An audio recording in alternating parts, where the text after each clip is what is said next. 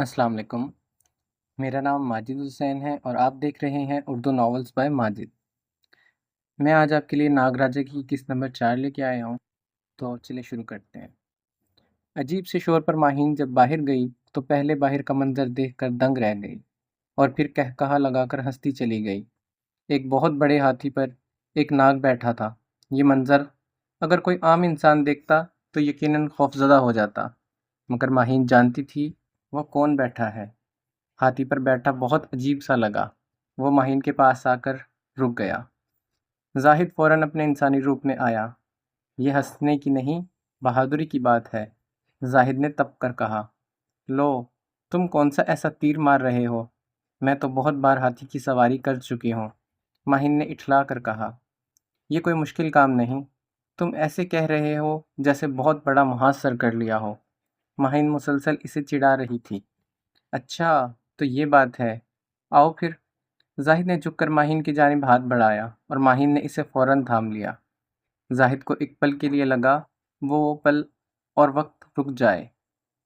اس کے ہاتھ میں ماہین کا ہاتھ تھا، اس کی اپنی رضا سے۔ کیا اس سے خوبصورت پل بھی ہو سکتے تھے؟ زاہد نے ماہین کو اپنے آگے بٹھا لیا اور ہاتھی چل پڑا۔ زاہد کو یہ پل اپنی زندگی کے حسین پل محسوس ہوئے، جب وہ اپنی مرضی سے اس کے ساتھ اتنے قریب بیٹھی تھی۔ کیا یہ وقت اس پل یہاں رک نہیں سکتا؟ زاہد نے اس کے کان میں سرگوشی کی۔ ماہین نے اسے کندھے پیچھے کی جانب کر کے اسے دھکیلا۔ بہت ظالم ہو، زاہد کا رہا۔ یہ ہاتھی کہاں سے مل گیا تمہیں؟ ماہین نے زاہد سے پوچھا۔ بس مل گیا، بہت خوش نصیب ہاتھی ہے، مجھ سے زیادہ تم نے اسے پسند کیا، تم بھی ہاتھی بن جاؤ۔ ماہین نے اسے تنگ کیا۔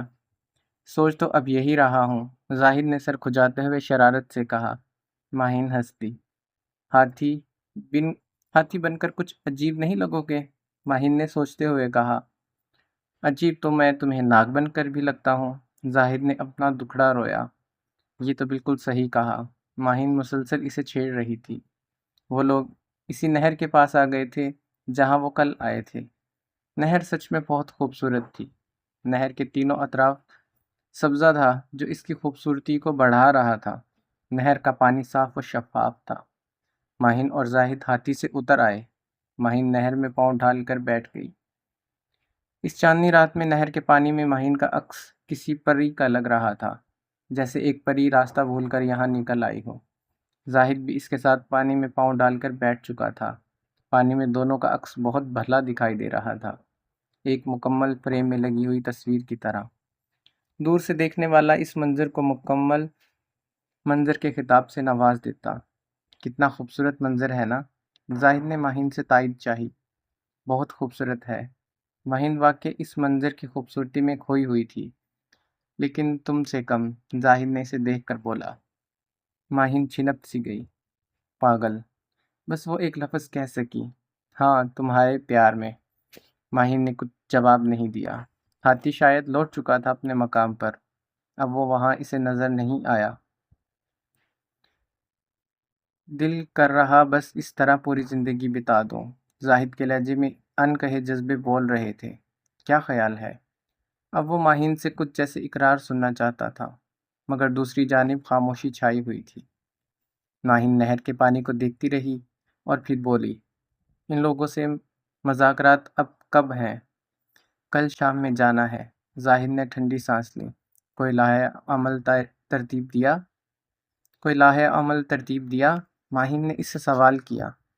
فی الحال تو کچھ نہیں، دیکھتے ہیں کیا کرتے ہیں۔ خائن قبیلے کے لوگ۔ زاہد کا ذہن بھی اب اسی کے بارے میں سوچ رہا تھا، کیونکہ یہ بات ماننے کو ہرگز تیار نہیں تھا کہ وہ لوگ کوئی چال نہ چلے۔ ہو سکتا ہے وہ لوگ سدھر گئے ہوں۔ ماہین ابھی بھی پر امید تھی۔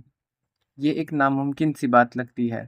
وہ قبیلہ بہت تیز ہے، تم سوچ بھی نہیں سکتی، تم نے ابھی انہیں جانا ہی نہیں ہے۔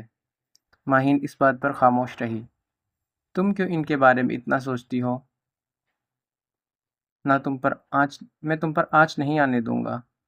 ماہین بس اسے دیکھ کر رہ گئی۔ زندگی میں کبھی حالات فیس نہیں کیے، سانپوں کی بستی میں سانپوں سے دشمنی ہو گئی ہے۔ ماہین اچانک سے اداس ہو گئی۔ عجیب ڈگر پر زندگی چل پڑی ہے، بس ان سانپوں سے پیچھا چھڑانا چاہتی ہوں۔ ماہن سچ میں بہت اکتا گئی تھی۔ اب وہ نارمل لائف کی طرف جانا چاہتی تھی، جہاں وہ ہو، اس کے ماں باپ ہوں۔ مجھ پر بھروسہ رکھو، زاہد نے اسے یقین دلانا چاہا۔ تم تک کوئی دشمن نہیں پہنچ سکے گا۔ ماہن نے اس بات میں سر ہلایا۔ بس چاہتی حالات بہتر ہو جائیں۔ ان دشمنیوں میں کچھ نہیں رکھا۔ وہاں بھی بہت سی زندگیاں ہار جاتی ہیں، اور یہاں بھی۔ ان سب کا کوئی فائدہ نہیں۔ ہم خود تو دشمنی نہیں رکھنا چاہتے، وہ لوگ خود آ کر ہمارے پیچھے آ کر وار کرتے ہیں۔ تم خود دیکھ چکی ہو۔ میں تو ایک محبت مجاز بندہ ہوں۔ آخری بات اس نے بہت ذومعنی لہجے میں کی۔ اپنے بچاؤ کی خاطر ہمیں جنگ لڑنا پڑتی ہے، ورنہ ہم میں سے کسی کے بھی یہ خواہش نہیں کہ قتل و غارت ہو۔ ہمارے لیے ایک ایک جان بہت قیمتی ہے۔ جانتی ہوں، اسی لیے کہہ رہی ہوں، کل معاملات حل کرنے کی کوشش کرنا، بگاڑ پیدا نہ کرنا۔ ماہن اسے سمجھا رہی تھی۔ زاہد نے خاموشی سے سر ہلا دیا، جیسے وہ اس کی بات سمجھ رہا ہو۔ ہاں، کوشش یہی ہے، کیونکہ میں نہیں چاہتا تمہیں کوئی نقصان ہو۔ اگر ایسا ہوا تو سب کچھ تباہ کر دوں گا۔ آج زاہد کے لہجے میں کچھ تھا۔ ماہن نے اس کی آنکھوں میں دیکھنا چاہا، مگر اس کی آنکھیں خاموش تھی۔ تمہیں کیا کوئی خوف ہے؟ ڈر ماہن کو لگ رہا تھا، مگر سوال اس نے زاہد سے کر ڈالا تھا۔ نہیں، لیکن میں ان کی فطرت اچھے سے جانتا ہوں۔ وہ سدھرنے والے نہیں ہیں، اور دوسری بات، بہت بڑے بزدل ہیں، پیٹھ پیچھے وار کرتے ہیں۔ زاہد کی سوچ نے کس طرف کی سوچ رہی تھی ماہن کو اندازہ نہیں ہوا، اور دونوں آنے والے کل کے بارے میں اسی نہر کے خوبصورت پانی میں پاؤں ڈالے سوچ رہے تھے۔ وہ مہیر اور ظاہر خیمے میں بیٹھے تھے۔ یہ دونوں اس کے بہت خاص وزیر تھے، جس پر زاہد بہت اعتبار کرتا تھا۔ کل خائن قبیلے کے سردار سے ملاقات مقرر تھی۔ ان تینوں کا اس وقت بیٹھنے کا مقصد بھی یہی تھا کہ کل کے لیے پلاننگ کر سکیں۔ ظاہر کو لگتا تھا ان کی اس ملاقات میں کوئی پلاننگ نہیں، بلکہ مہیر کو اس میں چال نظر آ رہی تھی۔ ٹھیک ہے، مجھے بھی بس اب یہی لگ رہا ہے، ان کا مقصد نیک ہوگا۔ زاہد نے بات ختم کی اور دونوں خیمے سے باہر چلے گئے۔ 5 منٹ بعد کوئی دوبارہ خیمے میں داخل ہوا۔ زاہد نے اسے ایک نظر دیکھا اور بیٹھنے کا اشارہ کیا۔ کیا تم نے جو کہا ہے وہ سچ ہے؟ ہاں، میں نے خود دیکھا ہے، آنے والے نے یقین سے کہا۔ زاہد سوچ میں پڑ گیا۔ غدار کو سخت سزا ملے گی۔ زاہد کا لہجہ آنچ دیتا ہوا تھا۔ ناگراجا سے بے ایمانی بہت مہنگی پڑے گی۔ کام ہماری پلاننگ کے مطابق ہوگا۔ وہاں کا سردار زندہ واپس نہیں جانا چاہیے۔ زاہد نے اسے انگلی اٹھا کر تنبیہ کی۔ جو حکم، اس نے سر تسلیم خم کیا۔ کوئی گڑبڑ نہیں ہونی چاہیے، ورنہ پوری بازی پلٹ جائے گی، سمجھے؟ جی ناگراجا، سمجھ گیا، وہ تابعداری سے کہتا ہوا واپس پلٹ گیا۔ زاہد کو اب کل کا انتظار تھا۔ ماہن خیمے میں سو رہی تھی کہ عجیب سے احساس سے اس کی آنکھ کھلی۔ ماہن نے تیزی سے ایک سانپ کو جاتے ہوئے دیکھا۔ ماہن حیرت زدہ رہ گئی۔ یہ کون تھا؟ کیونکہ زاہد کو وہ پہچانتی تھی۔ وہ زاہد تو ہرگز نہیں تھا۔ کون اتنی رازداری اور خاموشی سے آ کر چلا گیا؟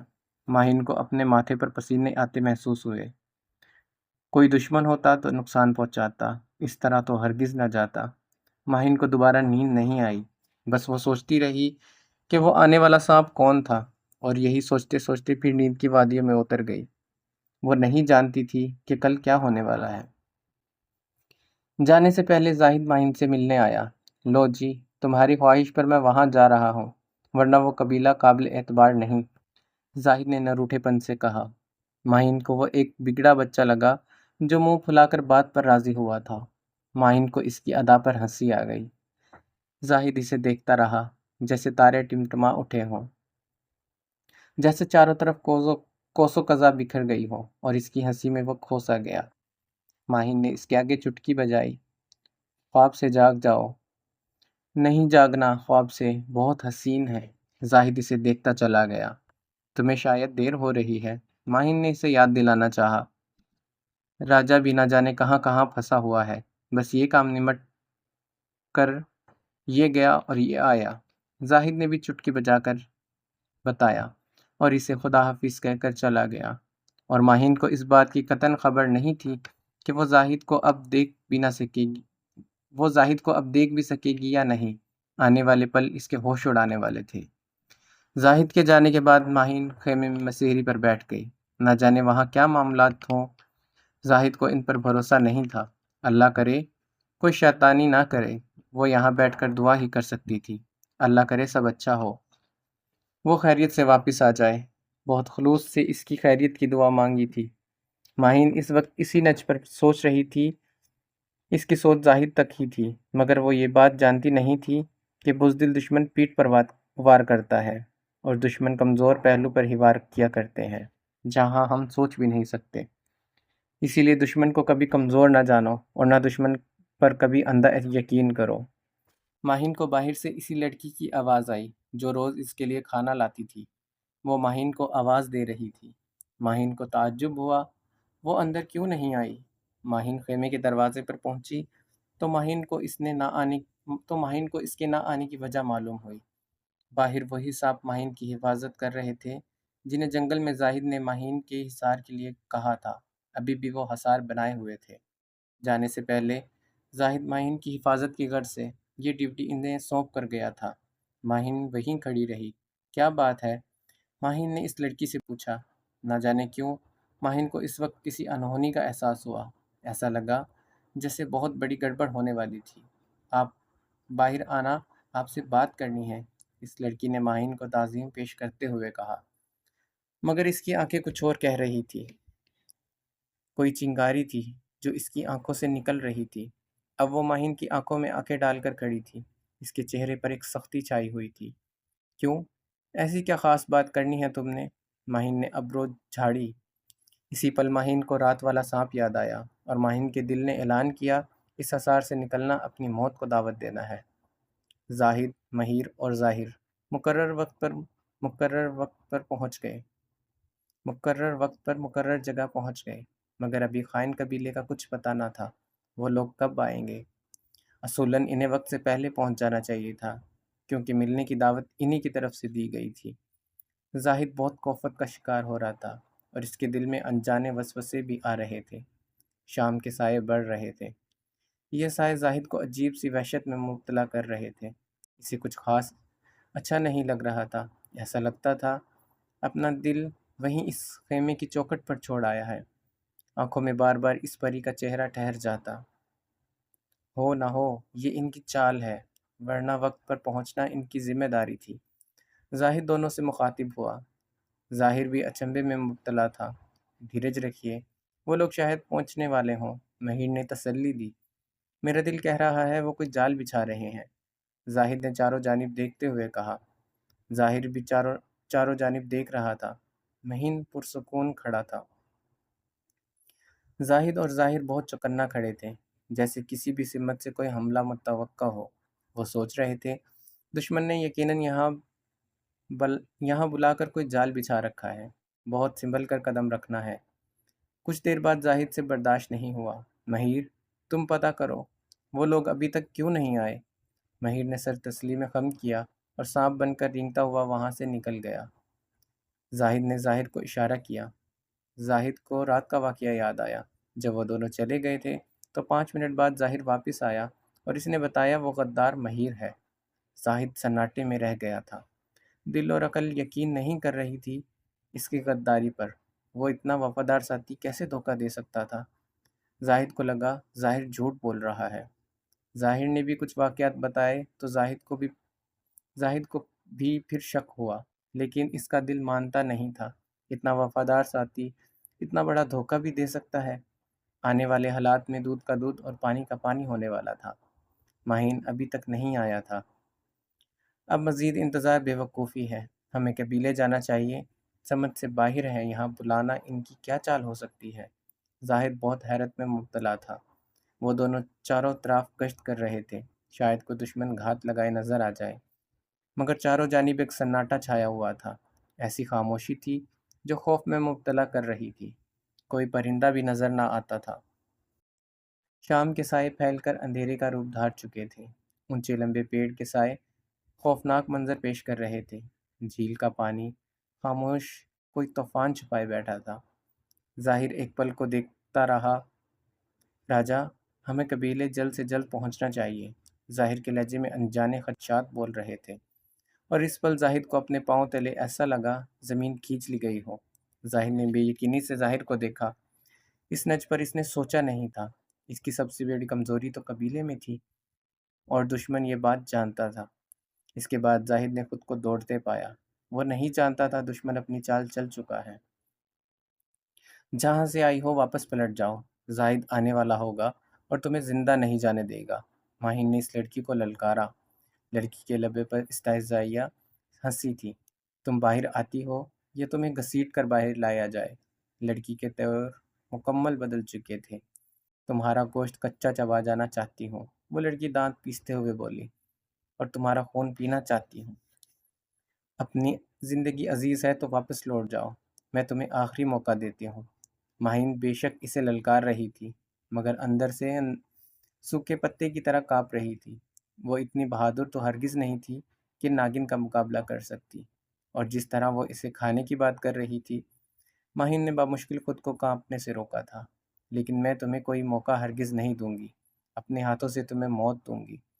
وہ لڑکی نفرت سے پھنکاری، یہاں انسان کا کیا کام؟ تمہاری موت میرے ہاتھ سے لکھ دی گئی ہے۔ شاید تمہیں اپنی زندگی عزیز نہیں، ماہین نے اسے دیکھ کر کہا۔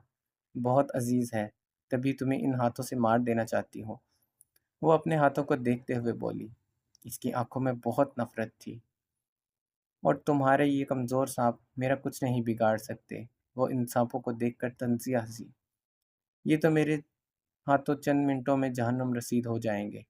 اب وہ کہے لگا رہی تھی۔ تم جانتی ہو تم ناگ راجا کا مقابلہ نہیں کر سکتی، تبھی تم ان کی غیر موجودگی میں بزدلوں کی طرح وار کر رہی ہو۔ تم ڈرپوک ہو، تمہاری ناگن ہونے پر تف ہے۔ غدار ہو تم۔ ماہین بھی ایک ناگن کی طرح پھنکار اٹھی۔ تم نے اپنی موت کو خود دعوت دی ہے، اور اب راجا تمہیں زندہ نہیں چھوڑے گا۔ ماہین اس غدار کو اب قتل کر دینا چاہتی تھی جو اس کی آستین میں تھی۔ اچھا، لیکن یہ دیکھنے کے لیے تم زندہ نہیں رہو گی، وہ لڑکی مسلسل کہا لگا رہی تھی۔ حصار کے سانپ چوکنا کھڑے تھے۔ ماہین نے ان سانپوں کو دیکھا۔ آیا وہ اس کا مقابلہ کر سکتے ہیں یا نہیں؟ اگلے ہی پل اس لڑکی کے ساتھ بہت سے سانپ کھڑے نظر آئے۔ ماہین انہیں دیکھ کر چکرا کر رہ گئی۔ زاہد لوٹ آؤ، میں بہت مشکل میں ہوں۔ ماہین نے بہت دل سے اسے پکارا۔ حصار کے سانپ ان سانپوں کے مقابلے میں بہت کم تھے۔ ماہین کے دل کی دھڑکن موت کو اتنے پاس دیکھ کر تیز ہو چکی تھی۔ مشکل کے ان لمحات میں ماہین کو اللہ کے بعد زاہد کی یاد آئی۔ زاہد جلدی آ جاؤ، کہیں دیر نہ ہو جائے۔ وہ دل ہی دل میں زاہد سے مخاطب تھی۔ جو کرنا تھا جلد کرنا تھا، وقت کم تھا۔ خیمے کے باہر موت اس کا انتظار کر رہی تھی۔ وہ سانپوں کے پاس آئی۔ کیا تم ان کا مقابلہ کر سکو گے؟ ماہین حصار کے سانپوں سے مخاطب تھی۔ سانپوں نے سر جھکا کر شاید یقین دلایا۔ وہ سانپ انسانی روپ میں آنے کی اہلیت نہیں رکھتے تھے۔ تمہارے مالک نے بہت بھروسہ کر کے میری حفاظت کی ذمہ داری تمہیں سونپی ہے۔ یہ ذمہ داری تم نے اچھے سے نبھانی ہے۔ ماہین ان سانپوں سے مخاطب تھی۔ ماہین سانپوں کی زبان نہیں جانتی تھی، مگر اسے ان سانپوں کی آنکھوں میں وفاداری کا سمندر نظر آیا، جو فرض کی خاطر جان دینے سے ہچکچانے والے نہیں تھے۔ یہ دیکھ کر ماہین کی آنکھوں میں آنسو آ گئے۔ زندگی نے وفا کی تو دوبارہ ملاقات ہوگی، ان دشمنوں کو زندہ نہ چھوڑنا۔ ماہین کا لہجہ حتمیہ تھا۔ ماہین نے دیکھا وہ لڑکی ایک ناگن کے روپ میں خیمے کی جانب بڑھ رہی تھی۔ یہ وہی سانپ تھا جو رات اس کے خیمے میں آیا تھا۔ ماہین اسے پہچان چکی تھی۔ کاش یہ واقعہ میں زاہد کو بتا دیتی تو اس وقت ہاتھ نہ مل رہی ہوتی، مگر وقت تیزی سے گزر چکا تھا۔ جو کرنا تھا جلدی کرنا تھا۔ ماہین خیمے میں آ گئی۔ باہر ایک دم ہی شور اٹھنے لگا۔ سانپوں کی پھنکار ماحول کو وحشت زدہ بنا رہی تھی۔ ماہین خوف سے مسیری پر بیٹھی تھی اور دل ہی دل میں زاہد کو پکار رہی تھی۔ کاش تم تک میری آواز پہنچ جائے۔ بے بسی سے ماہین رو پڑی۔ کاش ماما بابا ساتھ ہوتے، آخری بار انہیں دیکھ تو لیتی۔ ماہین کو اپنی موت کا یقین ہو چلا تھا۔ کچھ پل بعد موت اس کے خیمے میں داخل ہو جانی تھی۔ دشمن نے بہت ہوشیاری سے چال چلی تھی۔ زاہد ٹھیک کہتا تھا، خائن قبیلہ پیٹھ پیچھے وار کرتا ہے۔ بہت ہوشیاری سے انہوں نے دھوکے سے زاہد کو یہاں سے نکالا، کیونکہ اس کے ہوتے ہوئے یہاں قدم رکھنا ان لوگوں کے لیے ناممکن سا تھا۔ جو طاقت زاہد کے پاس تھی، وہ طاقت حاصل کرنا اس قبیلے کے سردار کا ایک خواب تھا۔ آواز بڑھتی جا رہی تھی۔ ماہین نے اپنے کانوں پر ہاتھ رکھ لیا۔ یہ آواز سننا اس کے لیے ناقابل برداشت تھا۔ اس کا دل کسی بھی پل سینے سے باہر نکل آتا۔ دل کی دھڑکن بہت تیز ہو چکی تھی۔ موت کی آہٹ سننا آسان نہیں تھا، اور وہ آہٹ آہستہ آہستہ قریب تر ہوتی جا رہی تھی۔ اسے اور پھر آوازیں ہلکی ہو گئی۔ وہ نہیں جانتی تھی باہر کیا ہو رہا ہے۔ پھر خیمے کا پردہ ہٹا اور سانپ اندر داخل ہونے لگے۔ ماہین مسیری پر بیٹھی تھی۔ سانپوں کو اندر آتے دیکھ کر ماہین نے مسیری کی چادر کو سختی سے تھام لیا۔ دور رہو، میرے قریب نہ آنا۔ ماہین کا لہجہ گونجدار تھا۔ وہ سانپ ایک پل کو اپنی جگہ رکے، لیکن دوبارہ ماہین کی جانب بڑھنے لگے، اور ماہین نے سر پر کھڑی موت کو دیکھ کر کلمہ پڑھا اور آنکھیں سختی سے بھیج لی۔ زاہد جس تیزی سے آ سکتا تھا، اسی تیزی سے قبیلے پہنچا، مگر وہاں پہنچ کر اس کا دل بیٹھ گیا۔ سب کچھ بکھرا ہوا تھا۔ ایک بین کرتی خاموشی سی تھی۔ سانپوں کی ادھ کٹی لاشیں ادھر ادھر بکھری پڑی تھی۔ زاہد کو ایک زور کا چکر آیا۔ اسے لگا اس کی دنیا گھوم گئی ہے۔ زاہد نے اسے فوراً تھاما۔ زاہد سے ایک قدم بھی اٹھانا بھاری ہو رہا تھا۔ خیمے کے باہر کا منظر بہت دل خراش تھا۔ جو سانپ وہ حفاظت کے لیے چھوڑ گیا تھا، بے دردی سے مارے گئے تھے۔ انہیں دیکھ کر اندازہ ہوا تھا وہ آخری سانس تک لڑتے رہے تھے۔ انہوں نے ہار نہیں مانی تھی۔ زاہد کی آنکھوں کے آگے اندھیرا سچانے لگا۔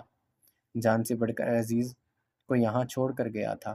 کاش اسے اندازہ ہوتا وہ اتنی بڑی غلطی کرنے کی کبھی کوئی خطا نہ کرتا۔ اندر خیمے کا منظر وہ سوچنا بھی نہیں چاہتا تھا۔ اس کے قدم من بھر کے ہو چکے تھے۔ چاروں طرف لاشیں تھیں۔ اپنی ہار کا بدلہ خائن قبیلے سے لے چکا تھا، مگر دھوکے سے۔ خیمے کے باہر وہ کھڑا تھا۔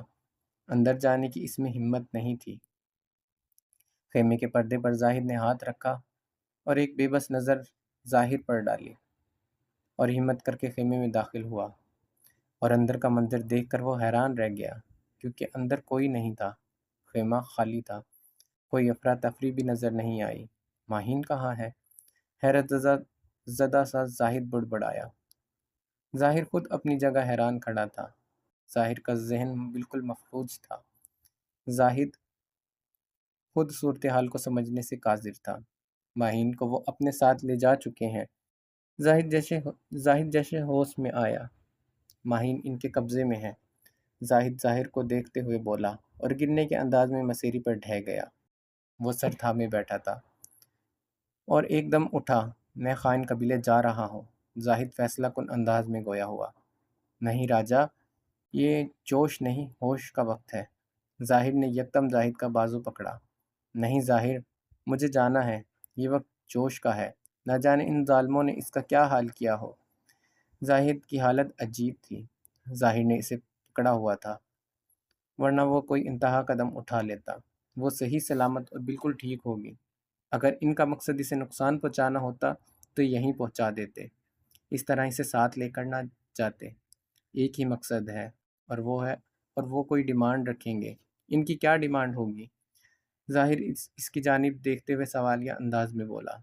باہر قبیلے کے باقی سانپ کھڑے تھے، جو زاہد اپنے ساتھ لے کر گیا تھا، کیونکہ زاہد کو شک تھا خائن قبیلہ وہاں کوئی شرارت ضرور کرے گا، مگر اس نج پر زاہد نے سوچا نہیں تھا۔ باقی سانپوں کو نہ جانے کیا سونگھا کر بے ہوش کیا گیا تھا، اور جو بے ہوش نہیں ہوئے تھے انہیں مار دیا گیا تھا۔ ناگ راجا، وہ ماہین کو کچھ نہیں کہیں گے۔ ان کا کوئی مطالبہ ہوگا، وہ مطالبہ منوائیں گے۔ آپ بھروسہ رکھو۔ ظاہر مسلسل اسے تسلیاں دے رہا تھا، مگر زاہد کے دل کو چین نہیں آ رہا تھا۔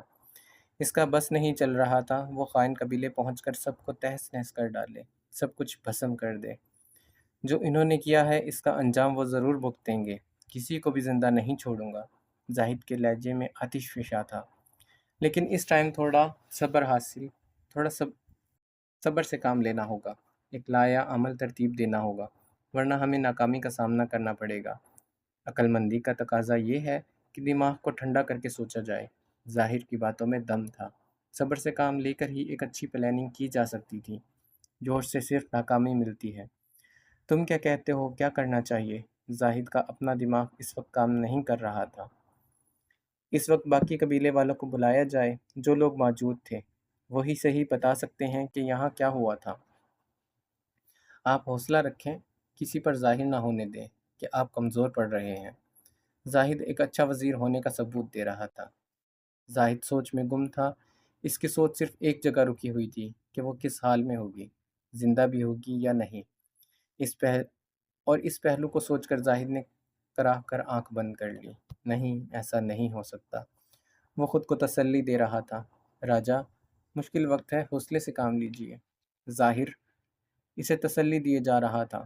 اگر سچ پوچھو تو ظاہر کو بھی یقین نہیں تھا کہ ماہین زندہ بھی ہوگی یا نہیں۔ ظاہر نے ہمت جمع کی اور خیمے سے باہر نکل آیا۔ قبیلے کے لوگ باہر جمع تھے، یہ ایک بہت بڑا سانیہ تھا۔ دشمن ان کے علاقے میں اتنی دیدہ دلیری سے گھس آیا تھا اور مار دھاڑ کر کے بہت بہادری سے جا بھی چکا تھا۔ مجمع کو دیکھ کر زاہد آگے بڑھتا گیا۔ لوگوں کا غم و غصے سے برا حال تھا۔ یہ ایک بہت بڑی توہین تھی اور اتنا بڑا وار پیٹ پر کر گئے تھے۔ سب کا غصہ بجا تھا۔ جو کچھ ہوا اس پر ہم سب کو بہت غصہ ہے۔ خائن قبیلے نے ایک بزدلانہ عمل کر کے ثابت کر دیا ہے کہ وہ بہت کمزور ہیں۔ وہ اتنی آسانی سے یہاں اس لیے گھس آئے کیونکہ ہمارے کچھ لوگ اس میں شامل تھے، جن کی غداری کی وجہ سے ان کو آسانی سے موقع ملا۔ مجرم کو عبرتناک سزا دی جائے گی۔ ایک پل کے لیے زاہد رکا اور اس خیمے تک کیسے پہنچا تھا، اب یہ آپ لوگ بتائیں گے، کیونکہ آپ لوگوں میں سے کچھ لوگ بے ہوش نہیں ہوئے تھے۔ زاہد نے لوگوں سے سوال کیا۔ ان میں سے ایک بولا، زمرہ ان میں شامل تھی۔ زمرہ خائن قبیلے کے ساتھ ملی ہوئی تھی، وہیں ان لوگوں کو اپنے ساتھ اس خیمے میں لے کر گئی تھی۔ اور اس کے بعد؟ زاہد نے بے تابی سے پوچھا۔ اس کے بعد میں کچھ نہ دیکھ سکا کیونکہ وہ پچھلے دروازے سے نکل گئے تھے، بتانے والے نے اداسی سے بتایا۔ کچھ پل کے لیے زاہد خاموش رہا۔ زمرہ اتنا بڑا دھوکہ دے گئی، سوچ نہیں سکتے تھے، لیکن ہم کیسے بھول گئے کہ وہ مہیر کی منگیتر تھی؟ اتنا اہم پوائنٹ ہم کیسے بھول گئے؟ ظاہر نے افسوس سے ہاتھ ملا۔ اب سوائے افسوس کے کچھ نہیں کیا جا سکتا تھا۔ یہ زمرہ ایک بار مجھے مل جائے۔ زاہد نے بے تابی سے ہاتھ ملا۔ اتنی بڑی شکست کا زاہد نے سوچا نہیں تھا۔ صحیح معنوں میں وہ منہ کی کھا چکا تھا۔ یہ ایک بند کوٹڑی تھی۔ ایک چھوٹے سے روشن دان سے ایک لکیر کی روشنی اندر آ رہی تھی۔ اس روشنی سے اندازہ کیا جا سکتا تھا کہ دن نکل آیا ہے۔ ایک ناگوار سی بو اس کوٹڑی کو مزید خوفناک بنا رہی تھی۔ ایک کونے میں نازک زخمی وجود زنجیر سے بندھا ہوش و حواس کی دنیا سے بے خبر لیٹا ہوا تھا۔ اچانک وہ وجود کسمسایا اور ہوش میں آیا۔ اتنے اندھیرے کو دیکھ کر گھبرا کر اٹھ بیٹھی۔ وہ ماہین تھی۔ اس کے ہونٹوں سے خون رس کر خشک ہو گیا تھا۔ اس کے ماتھے پر زخم کا نشان تھا۔ ماہین چاروں طرف اندھیرے میں دیکھنے کی کوشش کر رہی تھی۔ وہ سمجھنے سے قاصر تھی کہ وہ کہاں ہے۔ وہ پھوٹ پھوٹ کر رو دی۔ روتے روتے وہ تھک کر دوبارہ لیٹ گئی۔ اسی اثنا میں کوٹڑی کا دروازہ آہستہ سے کھلا اور ایک نسوانی وجود اندر داخل ہوا اور آہستہ آہستہ قدم بڑھا کر ماہین کی جانب آنے لگا۔ یہ سردار کی بیٹی سومالی تھی، جو بری طرح ناگراجا کے عشق میں گرفتار ہوئی تھی۔ جتنا عشق وہ ناگراجا سے کرتی تھی، اس سے کئی گنا نفرت ماہین سے کرتی تھی۔ ہوش میں آ گئی تم؟ بہت کرخت لہجے میں وہ ماہین سے مخاطب تھی۔ تم کون ہو؟ ماہین درد سے کرہاتی ہوئی بولی، کیونکہ سومالی نے اپنا پاؤں اس کے زخمی پاؤں پر رکھا ہوا تھا۔ بڑی بڑی غزالی آنکھوں والی راجا کی بیٹی، جس کی خوبصورتی پورے قبیلے میں مشہور تھی۔ تمہاری موت! وہ نفرت سے پنکاری۔ میں نے تمہارا کیا بگاڑا ہے؟ ماہین پوچھے بنا نہ رہ سکی۔ تم نے میری خوشیاں چھینی ہیں۔ ایک انسان اور سانپ کا کوئی جوڑ نہیں، اور تم نے میری محبت پر قبضہ کرنا چاہا۔ سومالی نے جھک کر ماہین کے بال پکڑ لیے۔ ماہین نے کوئی مزاحمت نہیں کی۔ وہ خاموشی سے اسے دیکھتی رہی۔ اس میں میرا کیا قصور ہے؟ ماہین اس کی غلط فہمی ختم کرنا چاہتی تھی۔ تم نے جان بوجھ کر چھینا ہے مجھ سے۔ اس پل صومالی کی آنکھوں میں ہلکے سے آنسو کی چمک تھی۔ ماہین وہ آنسو دیکھ کر حیران ہوئی، جیسے اس کے دل میں چھپی اس کی محبت تک پہنچ گئی۔ ماہین کو ایک دم اس پر ترس آیا۔ محبت کے پیچھے بھاگتی ہوئی ایک بے بس عورت تھی وہ واقعی قابل رحم تھی۔ محبت چھیننے کا نام تو نہیں ہے۔ تم سب سانپ لوگ محبت کو محبت سے حاصل کیوں نہیں کرتے؟ تم لوگوں کو چھیننے کا ہی کیوں خیال آتا ہے؟ ماہین کی بات پر وہ ماہین کو دیکھنے لگی۔ میں ایک عام سی لڑکی تھی، مجھے معلوم بھی نہیں تھا کہ زاہد ایک ناگ ہے۔ وہ مجھے اغوا کر کے زبردستی یہاں لے آیا۔ میری پسند مرضی نہیں پوچھی گئی۔ ماہین یہ سب کہتے ہوئے رو پڑی۔ میں یہاں مصیبتوں میں گرفتار ہو گئی ہوں۔ تمہاری طرح میرے بھی ماں باپ ہیں، نہ جانے وہ میری جدائی میں کیسے ہوں گے۔ میں یہاں تمہارا پیار چھیننے نہیں آئی، میں تو یہاں زبردستی لائی گئی ہوں۔ یہاں سے جانا چاہتی ہوں، مگر اب یہاں قید کر دی گئی ہوں۔ بتاؤ میرا کیا قصور ہے؟ ماہین سراپا سوال بنی ہوئی تھی۔ تم جھوٹ بول رہی ہو، وہ بے یقین تھی۔ میں سچ کہہ رہی ہوں، اس میں ایک لفظ بھی جھوٹ کا شامل نہیں ہے۔ مجھے کیا پڑی تھی میں ایک ناگ کے پیچھے آتی، اپنے پیار کرنے والے والدین کو چھوڑ کر؟ میں تو زاہد کو جانتی تک نہیں تھی۔ ماہین پوری کوشش کر رہی تھی اسے سمجھانے کی۔ ماہین کو اندازہ نہیں تھا خائن قبیلے کے سردار کی بیٹی ایک اچھے دل کی ہو سکتی ہے۔ پھر تم نے اسے سمجھایا کیوں نہیں؟ صومالی بکھرنے لگی۔ ماہین ان سانپوں میں محبت کا الگ الگ روپ ہی دیکھ رہی تھی۔ ایک طرف اس نے زاہد کی محبت کو دیکھا تھا، اور اب وہ اس ناگن کی محبت پر حق تک تھی۔ اسے تم سے ہی محبت کیوں ہوئی، مجھ سے کیوں نہیں؟ وہ بے بسی سے ماہین کے ساتھ ہی بیٹھ چکی تھی۔ ماہین کو اس پر ٹوٹ کر رحم آیا۔ وہ اتنے دنوں سے سانپوں کے درمیان رہ رہی تھی کہ وہ ڈر اور خوف سانپوں سے ختم ہو چکا تھا۔ اصل بات سانپ اسے انسانوں سے زیادہ وفادار اور محبت کرنے والے نظر آئے۔ انسان ان سانپوں سے زیادہ زہریلے ہو چکے ہیں۔ ایسا لگتا ہے سانپ اپنا زہر انسانوں کو دان کر چکے ہیں۔ اب انسانوں کی زبان الفاظ میں اپنا زہر اگلتی ہے۔ ان سانپوں سے زیادہ انسان ایک دوسرے کو دھوکہ اور قتل و غارت گری میں مبتلا تھے۔ ماہین اس لڑکی کو بس دیکھتی رہی، جو اتنی جلدی ٹوٹ گئی تھی۔ تم نے اسے بتایا تھا؟ ماہین نے پوچھا۔ ہاں، بہت بار بتلایا ہے۔ آخری بار تب بتایا جب وہ تمہارے پیچھے گیا ہوا تھا۔ وہ آنکھیں بند کیے جیسے اپنی اذیت کو چھپا رہی تھی۔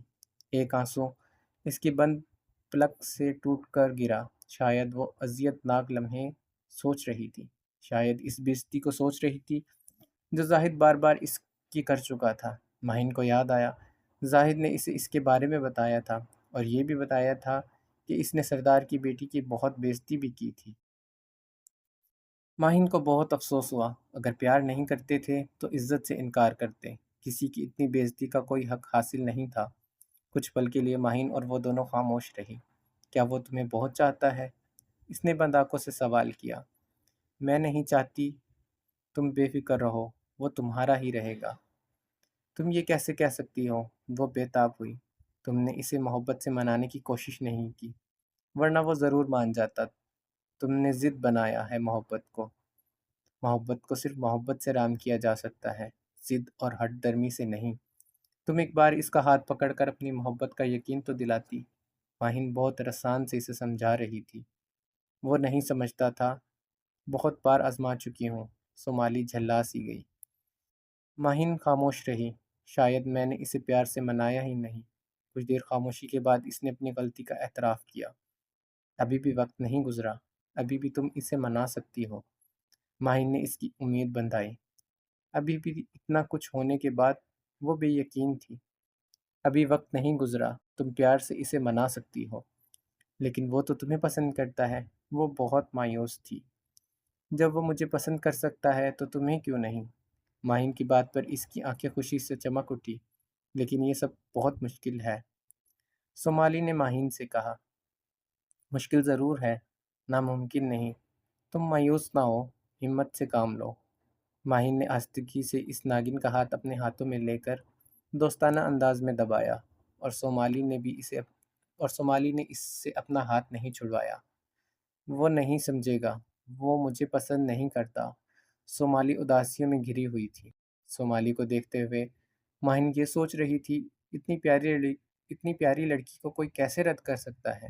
واقعی محبت شکل و صورت سے نہیں ہوا کرتی، یہ تو خدا کی عطا ہے۔ ماہین نے کچھ بھی کہنے کی بجائے ماہین کا ہاتھ دبائے رکھا۔ دور میکال قبیلے میں زاہد اور ظاہر سوچ میں گم تھے، آگے کیا کیا جائے؟ ایک دم باہر شور سا اٹھا۔ دونوں حیرت سے باہر آئے، لوگ دائرہ بنائے کسی پر جھکے ہوئے تھے۔ کیا بات ہے، کیا ہو رہا ہے یہ؟ ظاہر نے زوردار آواز میں سب سے پوچھا۔ ہٹو، سامنے سے کیا ہو رہا ہے یہ؟ زاہد کی آواز پر سب آہستہ آہستہ ہٹنے لگے، اور سامنے ایک مردہ وجود تھا۔ اس مردہ وجود کو دیکھ کر دونوں حیرت سے دنگ رہ گئے۔ کہانی جاری ہے، اس کا بقیہ حصہ آپ قسط نمبر 5 میں پڑھیں گے، اور اگر آپ کو یہ کہانی اچھی لگی تو اس ویڈیو کو ایک لائک کر دیں اور ہمارے چینل کو سبسکرائب کر دیں، اور کہانی کو مکمل پڑھنے کا شکریہ۔ اللہ حافظ۔